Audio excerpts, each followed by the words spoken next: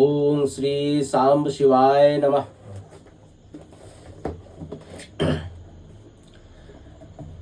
नमस्कार। आज मैं शिव महापुराण के अंतर्गत द्वितीय संहिता रुद्र संहिता का द्वितीय खंड सती खंड में पंचोविंश अध्याय का पाठ करने जा रहा हूँ। अथो पंचोविंश अध्याय।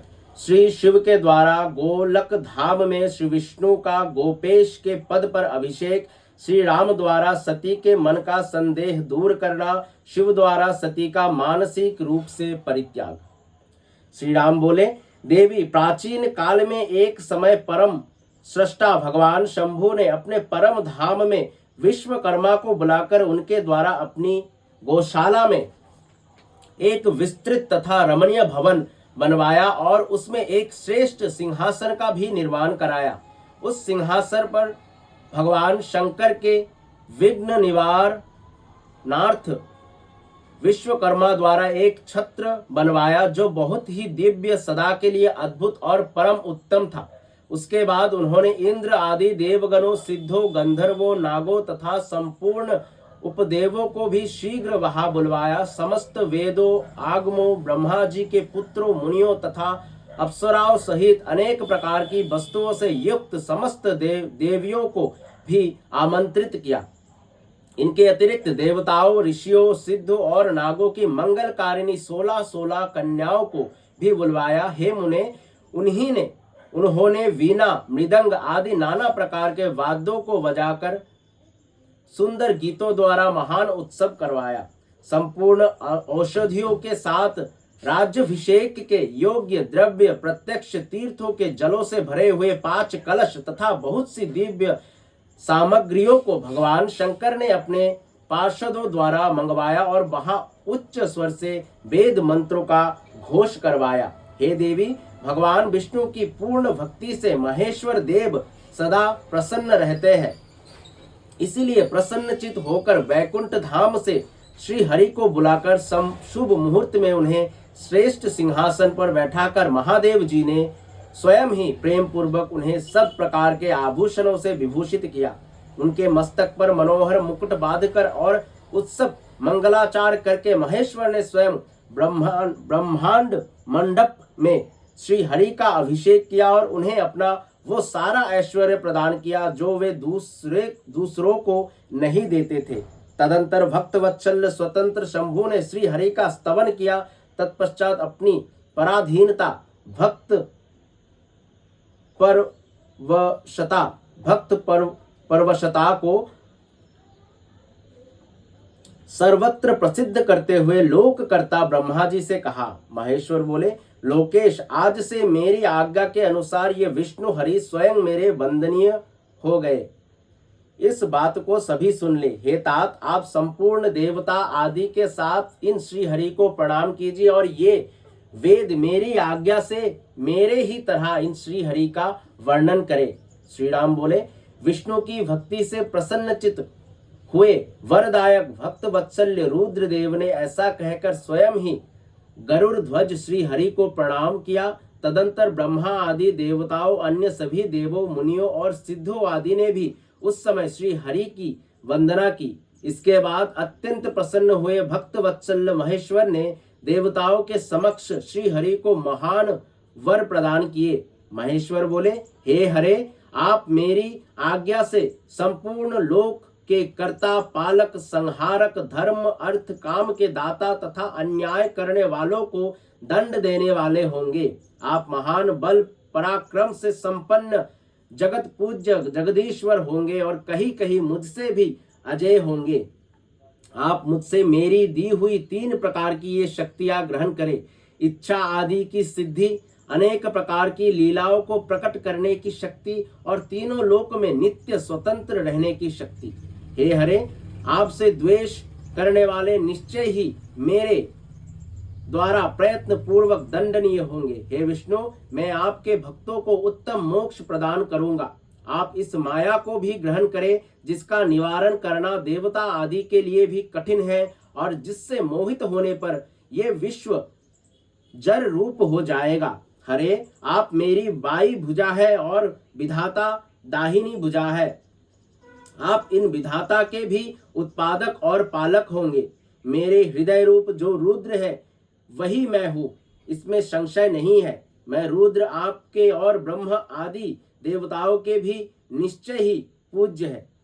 आप यहाँ रहकर अनेक प्रकार की लीलाएं करने वाले अपने विभिन्न अवतारों द्वारा विशेष रूप से संपूर्ण जगत का पालन करें।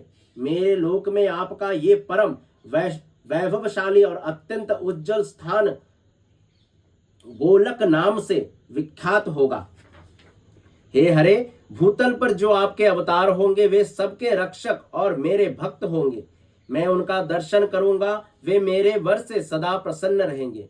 श्री राम जी बोले, इस प्रकार श्री हरि को अपना अखंड ऐश्वर्य प्रदान कर उमापति भगवान हर स्वयं कैलाश पर्वत पर रहते हुए अपने पार्षदों के साथ स्वच्छंद क्रीड़ा करने लगे। तभी से भगवान लक्ष्मीपति ने गोप वेश धारण कर लिया और वे गोप गोपी तथा गौओं की अधिपति होकर बड़ी प्रसन्नता के साथ वहां रहने लगे। वे विष्णु भी प्रसन्नचित होकर समस्त जगत की रक्षा करने लगे। वे शिवजी की आज्ञा से नाना प्रकार के अवतार धारण करके जगत का पालन करने लगे। इस समय वे श्री हरि भगवान शंकर की आज्ञा से 4 रूपों में अवतीर्ण हुए हैं। उनमें एक मैं राम हूं और भरत, लक्ष्मण तथा शत्रुघ्न है।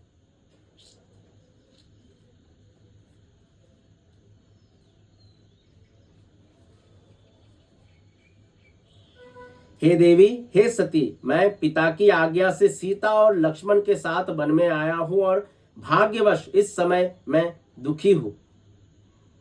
यहाँ किसी निशाचर ने मेरी पत्नी का हरण कर लिया है और मैं विरही होकर भाई के साथ वन में अपनी प्रिया की खोज कर रहा हूँ। हे सती, हे मात, जब आपका दर्शन प्राप्त हो गया तब आपकी कृपा से सर्वथा मेरा कुशल ही होगा, इसमें संदेह नहीं है। हे देवी, आपका दर्शन मेरे लिए सीता प्राप्ति का वर स्वरूप होगा।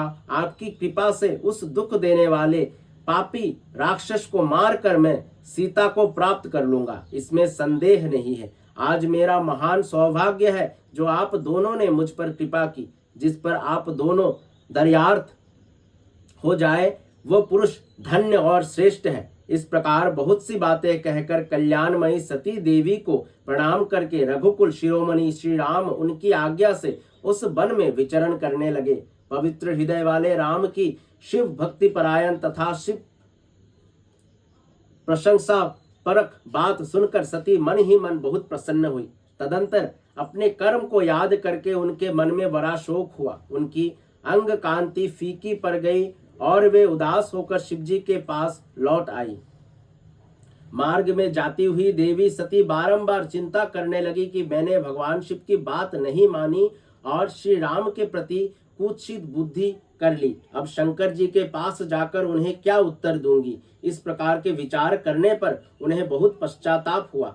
शिव जी के पास जाकर उन सती ने उन्हें हृदय से प्रणाम किया। उनके मुख पर विषाद छा गया। वे शोक से व्याकुल और निस्तेज हो गई थी। सती को दुखी देखकर भगवान हर ने उनका कुशल क्षेम पूछा और प्रेम पूर्वक कहा, तुमने किस प्रकार उनकी परीक्षा ली। शिवजी की ये बात सुनकर मैंने कोई परीक्षा नहीं ली, ऐसा कहकर वे सती सिर झुकाए शोकाकुल होकर उनके पास खड़ी हो गई।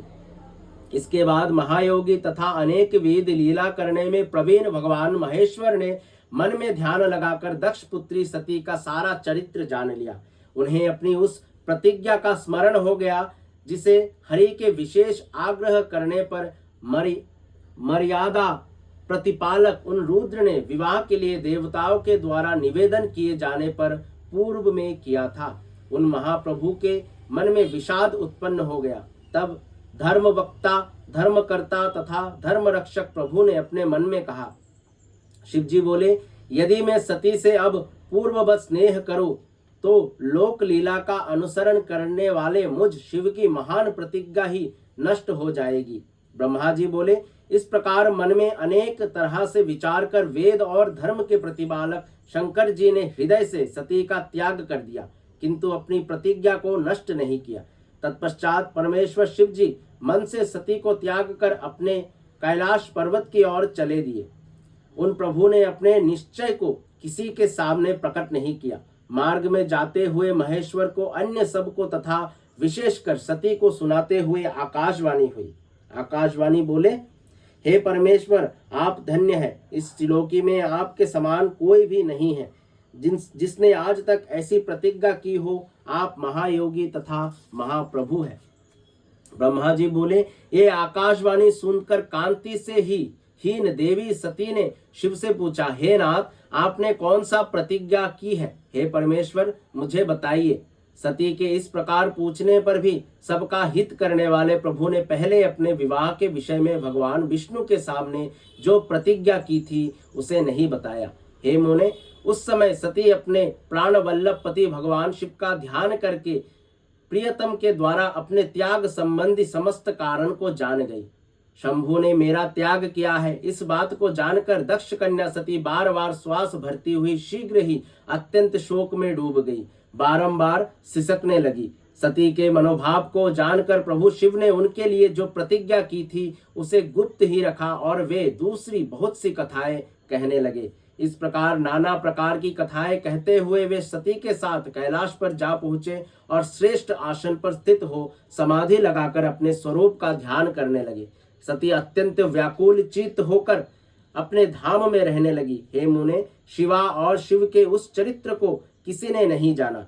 हे महामुने, इस प्रकार स्वेच्छा से शरीर धारण करके लोक लीला का अनुसरण करने वाले उन दोनों प्रभुओं का बहुत काल व्यतीत हो गया। तत्पश्चात उत्तम लीला करने वाले महादेव जी ने ध्यान तोड़ा। ये जानकर जगदम्बा सती वहां आए और उन्होंने व्यथित हृदय से शिव को